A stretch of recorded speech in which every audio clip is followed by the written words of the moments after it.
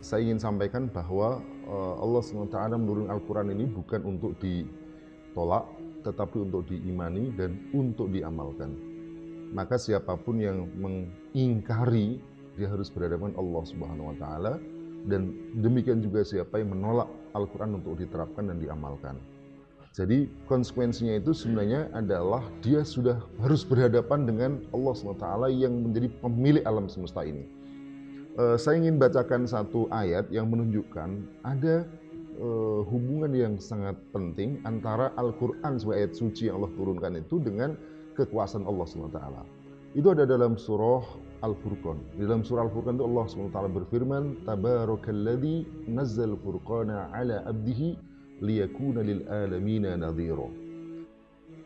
Maha suci Allah diawali dengan kalimat maha suci, Tabarakalladzi, yang Allah itu nazzal al-furqan, yang menurunkan Al-Quran. Tentu ini sudah membedakan dengan ayat konstitusi buatan manusia. Kalau yang satu dari Allah SWT yang tabaraka, yang maha suci, tak ada kesalahan, tak ada celah, tak ada aib, berbeda dengan konstitusi yang dibuat oleh manusia yang berdasarkan akal dan hawa nafsu mereka. Lalu Allah mengatakan al-abdihi liyakuna lil alamina nadhira, agar Al-Quran itu agar Nabi itu menjadi pemberi peringatan kepada seluruh alam. Nah, yang menarik itu kemudian ayat berikutnya. Allah menegaskan apa? Alladzi lahu mulkus samawati wal ard. Allah lah, dialah yang memiliki kerajaan langit dan bumi.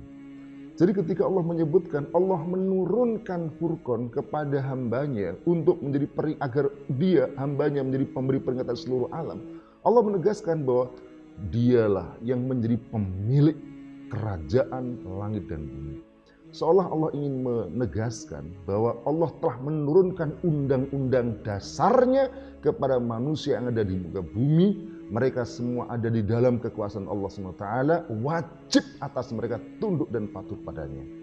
Lalu kemudian kalau ada penguasa yang mereka menolak hukum Allah SWT, pertanyaannya dia itu berada di mana? Selama dia berada di mulkus samawati wal ard, mestinya taat kepada pemilik langit dan bumi itu. Lah kalau kemudian dia tahu taat, ya tentu dia harus berhadapan dengan Allah Subhanahu wa Ta'ala.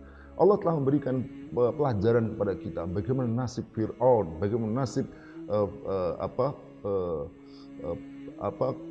kaum-kaum yang terdahulu yang mereka menolak petunjuk Allah Subhanahu wa Ta'ala. Maka siapapun yang mengikuti langkah mereka akan mendapatkan nasib yang sama. Kita melihat juga di negeri-negeri Islam, bukan negeri istilahnya di berbagai negara yang mereka melampaui batas, tidak menurut Al-Quran, maka mereka diturunkan dengan hina-hina. Maka kalau mereka melakukan yang sama, pasti akan melakukan sama. Dan yang pasti saya ingin tegaskan, hukum Quran inilah yang digunakan Allah SWT untuk mengadili manusia di akhirat kelak. Jadi kalau mereka menolak sekarang di dunia, mereka akan diadili Allah dengan hukum Allah ini, dengan Quran ini. Jadi Quran ini adalah kitab yang berlaku fid dunya wa fil akhirah. Allah tidak akan menggunakan hukum yang lain, hukumnya sendiri.